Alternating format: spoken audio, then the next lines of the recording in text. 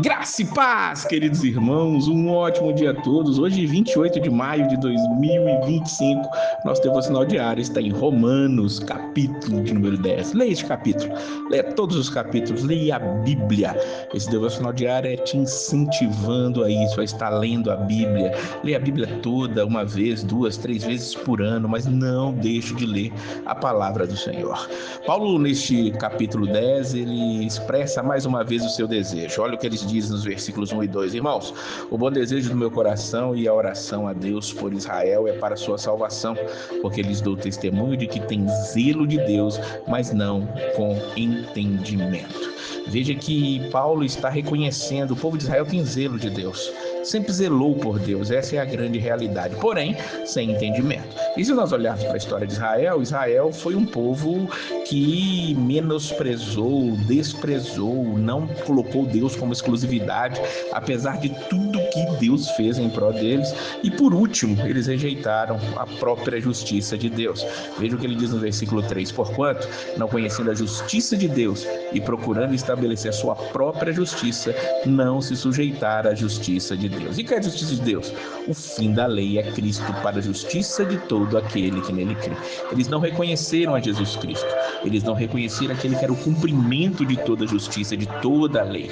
Ele veio, estava diante dos olhos deles, mas eles o rejeitaram. E, volto a dizer, como disse ontem, continuam o rejeitando ainda. Alguns têm se convertido, mas a grande maioria ainda está na expectativa da volta ou da vinda, primeira vinda de um Messias militar, um Messias político.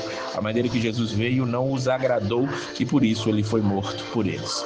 Nós temos que entender que Jesus, ele precisa ser crido, ele precisa ser confessado. E Paulo expressa isso no versículo 9: se com a tua boca confessares ao Senhor Jesus e em teu coração creres que Deus o ressuscitou dentre os mortos, serás salvo. Não existe outro nome pelo qual haja salvação. Os judeus que não creem em Jesus, infelizmente, estão fadados ao fracasso como qualquer outro ímpio. Por isso Paulo está dizendo no versículo 12, não há diferença entre o judeu e o grego, porque um mesmo é o Senhor de todos, rico para com todos os que o invocam. Então, invocar o nome do Senhor é importante. E aqui ele traz aqui uma deixa evangelística diante de nós. Ele grita aqui no versículo 14 e 15: como, pois, invocarão aquele em quem não creram? Como crerão naquele de quem não ouviram? Como ouvirão se não há quem pregue? Como pregarão se não forem enviados? Como está escrito: quão formosos os pés dos que anunciam o evangelho de paz, dos que trazem alegres novas de boas coisas.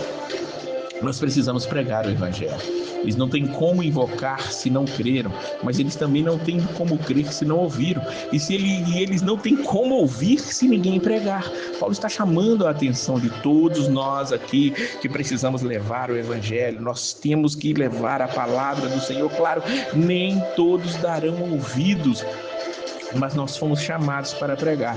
Não fomos chamados para estar olhando os resultados, olhando a colheita. Não, nós fomos chamados a pregar. A Bíblia diz claramente em outro lugar que um prega, o outro rega. No caso, Paulo pregou, Apolo regou, é o que ele vai dizer, mas é Deus quem dá o crescimento. Nossa parte é pregar. Os resultados dependem única e exclusivamente de Deus. Nós só temos que pregar a palavra do Senhor genuinamente, sinceramente. Não precisamos usar subterfúgios para pregar a palavra.